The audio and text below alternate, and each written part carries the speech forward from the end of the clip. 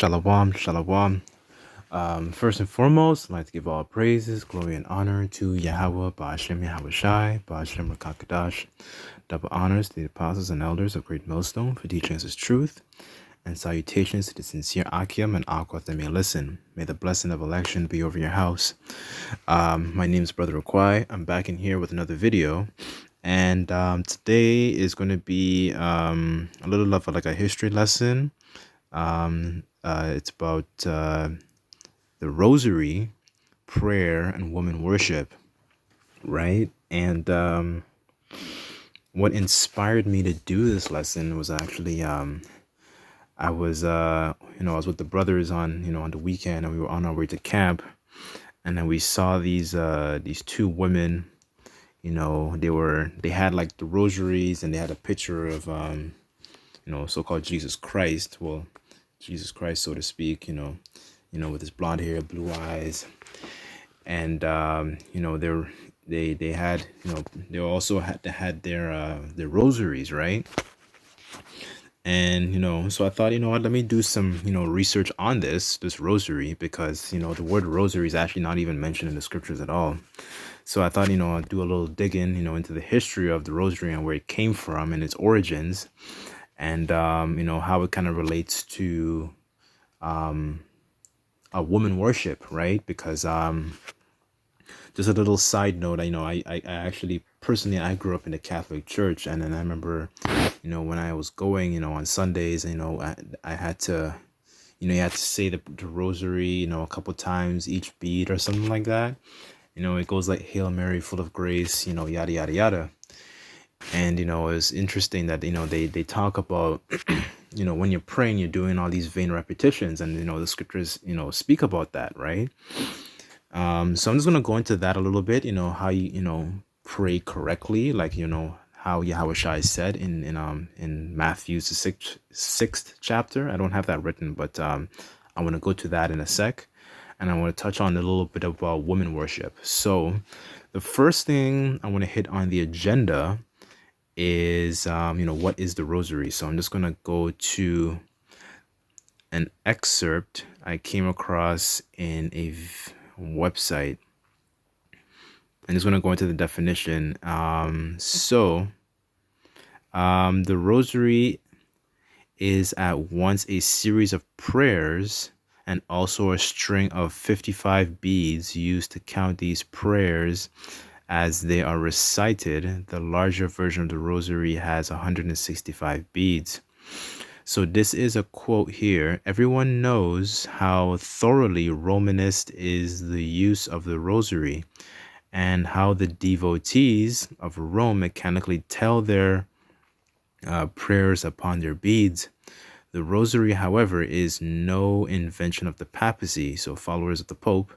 It is the highest antiquity and almost universally found among pagan nations, right? So this is a quote from a guy named Alexander Hislop, and he wrote a book called, I think it's called The Two Babylons.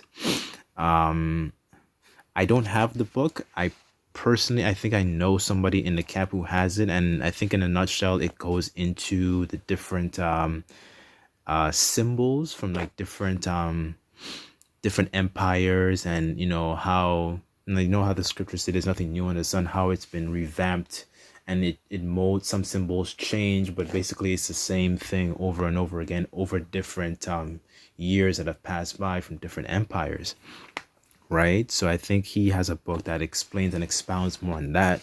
So it's a good book, if you can afford it, get it, and it would expound on more, not just the rosary aspect, but also other symbols that you come across, right? Whether it's on clothing, whether it's on drinks, or right now we're almost in time of Halloween and Christmas and all that kind of stuff. So I believe the book expounds a bit more on that. But anyways, just back to the lesson. So the origin and the history. So rosary is an ancient word meaning a garland of roses or leaves. Legend has it that the beads were originally made of rosewood.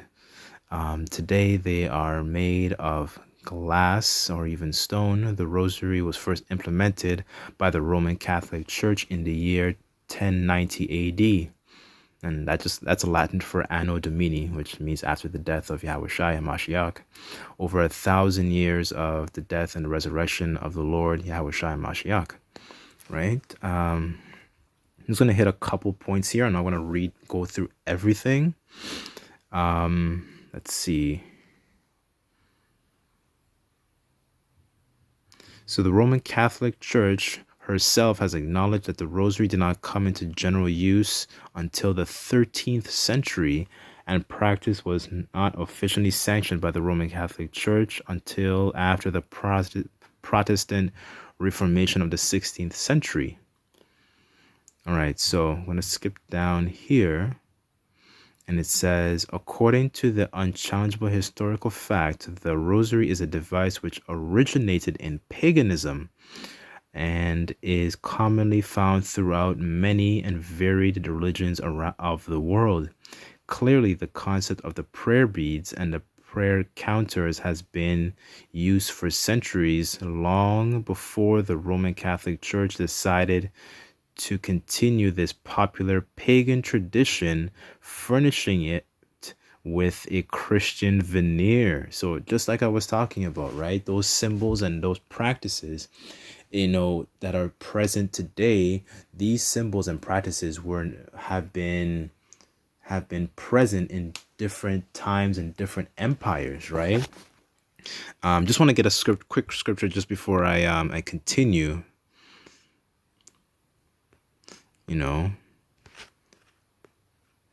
I believe, is it? No. Is it 9 and 1? Let's see.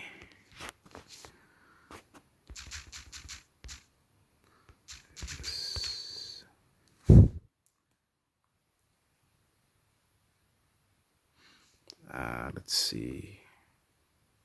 Okay, so this is Ecclesiastes 1 and 9.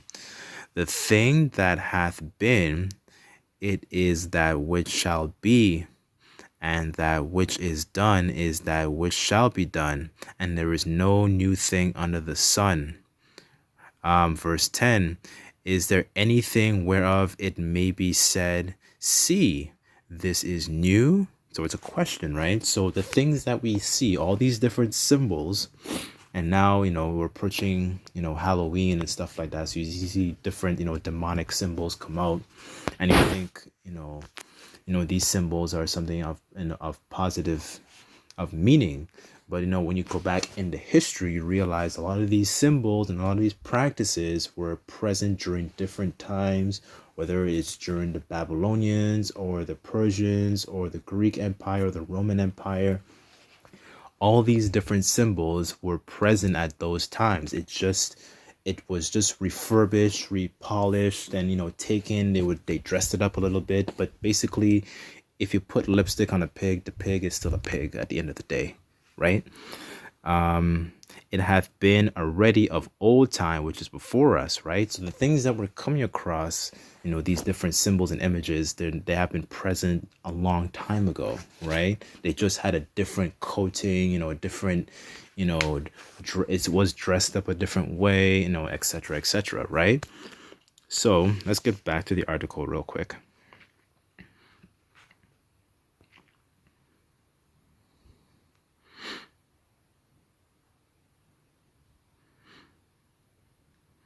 Okay, so there was an interesting point I wanted to bring out.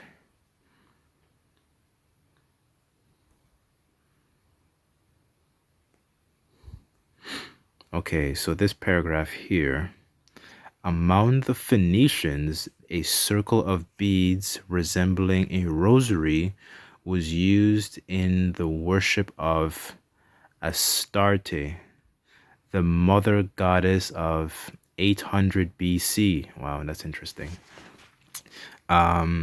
This rosary may also be found. So back to what I was just saying, this rosary was nothing new at the time when the Catholic Church began to rise up in power, during the Holy Roman Empire, right? This was long before then, right?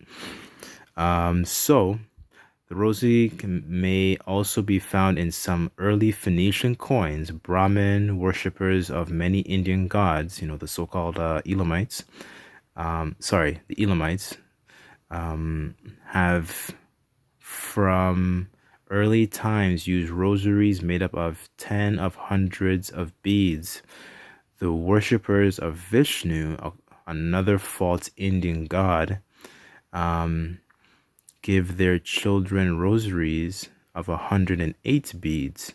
Another similar rosary is used by millions of Buddhists in India and Tibet, and the worshipper is Siva, another Indian god, uses a rosary upon which he repeats, if possible, all the 1,008 names of his God, right?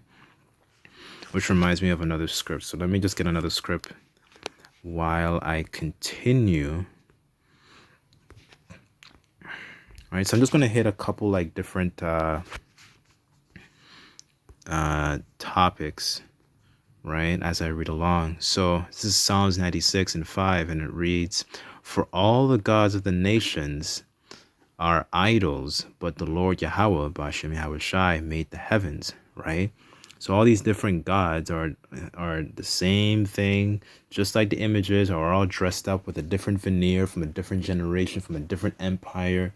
All these different gods were all dressed up, and they all changed, over different periods of time, right? So here I just want to skip down.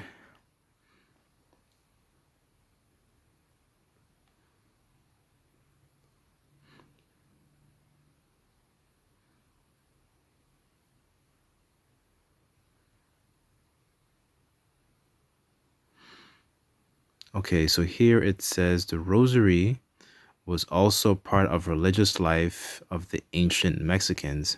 It was considered a sacred religious instrument. Reference is made frequently to the sacred Hindu books of the Rosary.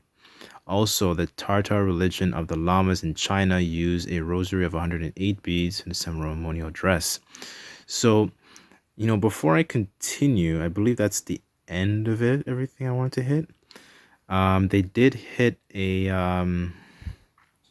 discuss something really quickly about a mother goddess, right? And recalling the experiences in the Catholic Church, because when you use the rosary, you pray to the Mother Mary, which goes into that Queen of Heaven, putting women on pedestal worship, right? So that's one of the things I wanted to touch on in regards to this video, that we're not supposed to do that, right? So and I just want to get a quick script on that.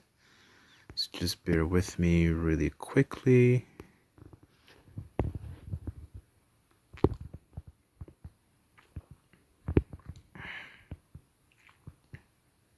Okay, so this is Jeremiah 7 verse 18.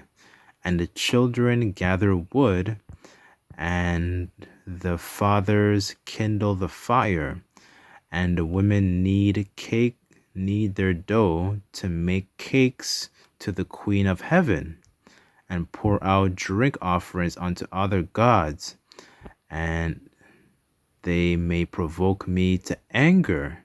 Right? So doing these sorts of things is provoking the Most High to anger, right? Because we are a special people that the Lord only belongs to us, and He doesn't want us to worship these other gods, right? Because that's would be considered idolatry, right? Verse 19. "Do they provoke me to anger, saith the Lord? Do they not provoke themselves to the confusion of their own faces?" Verse 20. "Therefore, thus saith the Lord Yahweh, thy power, behold, my anger and my fury shall shall be poured out upon this place, upon man, upon beast, upon the trees of the field, upon the fruit of the ground, and it shall burn and shall not be quenched. Right? So this is a result of, our people throughout different empires worshiping all these other gods, and they provoked the Lord to, put us in a time where we were, he cursed us, right? It provoked the Lord to anger, right? Because, Israel is likened to a woman, and, the Most High he's the husband, right? All right, so he doesn't want us to worship those other gods because, like it says, we provoke the Lord to anger, right? So, thus saith the Lord of hosts, God of Israel, put your burnt offerings and your sacrifices and eat flesh. For I spake not unto your fathers, not commanding them in the day that I brought them out of the land of Egypt concerning burnt offerings and sacrifices, right? So these are just things that we're not supposed to do, right? So these rosaries, and a lot of Israelites carry them in their car, and hang them up in the mirror and so on and so forth. These are things you're supposed to put away because all of it goes back, because this goes back to pagan worship and woman worship as well. Right? So, let's see. What else do I have on the agenda?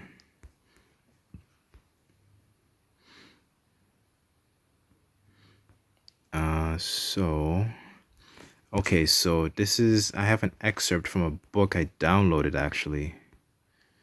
Okay, so this book is called Fossilized Customs, the 9th edition, right? And it goes into like a lot of the different customs that have taken place, that continue to take place to this day, and where it originated from, right? So this is just a little bit more about the rosary, right? Okay, so here it says, this is page 26, I believe. Sorry, Salakia brothers and few sisters. The pictures are not opening on my phone, but please just bear with me. Okay, so here it just says, I'm just going to read this out. The prayer beads which monks and nuns wear are sold to the laity in Catholicism, which came into the system around 1090 CE, which we just read. About the same time, indulgences and celibacy was embraced.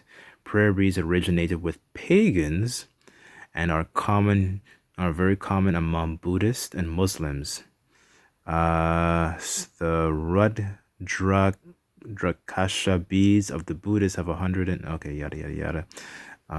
Okay, so during the time that the land of Spain and Portugal were controlled by Islamic Moors, who were Israelites, by the way, a city was established called Fatima, named after Muhammad's daughters. The story is that the 3 Catholic children met, then it kind of cuts off. Okay, so I guess that's the only thing I wanted to grab, right?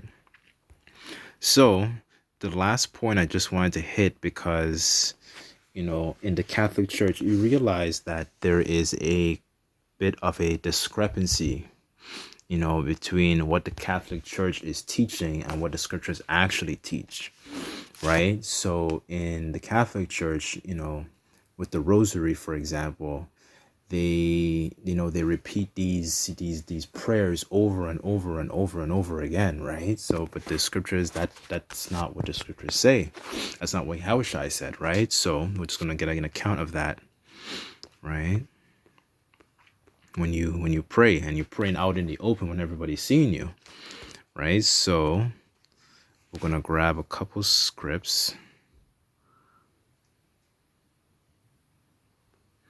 on the importance of praying and how to pray in a more proper, decent fashion, right? You're not supposed to be using rosaries, because rosaries is not something that Yahushua used, and it's not mentioned in the scriptures at all, right? So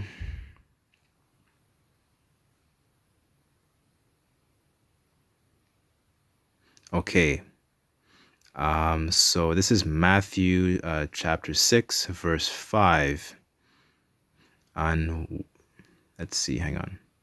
Okay, so let's start at 5. And when thou prayest, thou shalt not be as hypocrites are, for they love to pray standing in the synagogues and in the corners of the streets, that they may be seen of men. Right. So when you're doing these things when the there's a lot of our people in the church, and then they're praying with these beads. They're praying in front of people. Right. Verily I say unto you, they have their reward. But, verse 6, but thou, when thou prayest, enter into thy closet. When thou hast shut thy door, pray to the Father which is in secret. Right? So this is what we're supposed to do. We're not supposed to show our prayers and be praying in front of people to receive the glory of men. Right? Because at the end of the day, that's just vain. Right? Pray to thy Father which is in secret, and thy Father which seeth in secret shall reward thee openly. Right? So when you do these things, when you pray properly, then your reward you would experience your reward out in the open. Right? Because when you pray, it's an intimate time with you and Yahweh Bashim, Yahweh Shai. Right? So okay, so this is the key point I wanted to hit in regards to the rosary.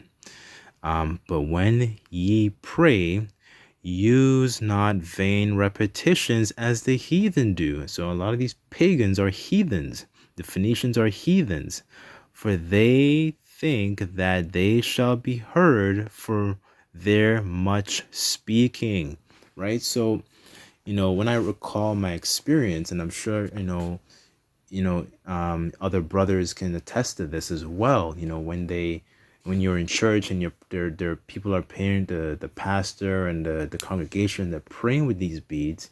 It's showing that they're repeating the same thing over and over again for one bead. And one, you're not even praying to the Most High. Secondly, the Most High dwelleth not in a temple made with hands, and they're using vain repetitions. So 3 strikes in a row, right? So so this is the thing that we're not supposed to do. Keep your prayers short and sweet, but remember to keep praying to the Lord. Right? Keep begging. Right? So verse 8, but ye not therefore like unto them, for your Father knoweth what things ye have need of before you ask him. Right? So the things that we want to pray for, whether it's to give you the strength to get through another day, protect your household, your children, your family, who are sincere and are listening to you, and so on and so forth. These are the things you want to pray for, every single day. Right? So anyways, I don't want to make this video too long, but I hope this video was edifying, and I tried my best to cover as much of the different topics as possible. Right? Oh, I didn't go through all the precepts. Okay, so all right, so let's tackle this one precept here. And this is for the congregation.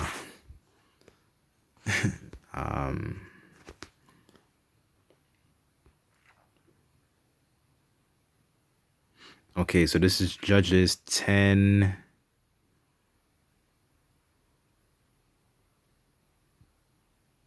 Okay, let's start at 11. And the Lord Yahweh said unto the children of Israel, did I not deliver you from the Egyptians and from the Amorites, from the children of Ammon, and from the Philistines, and from the Zidonians also, and the Amalekites, and the Maonites did oppress you, and ye cried unto me, and he delivered you out of their hand. 13, that yet ye have forsaken me, and served other gods. Wherefore I will deliver you no more.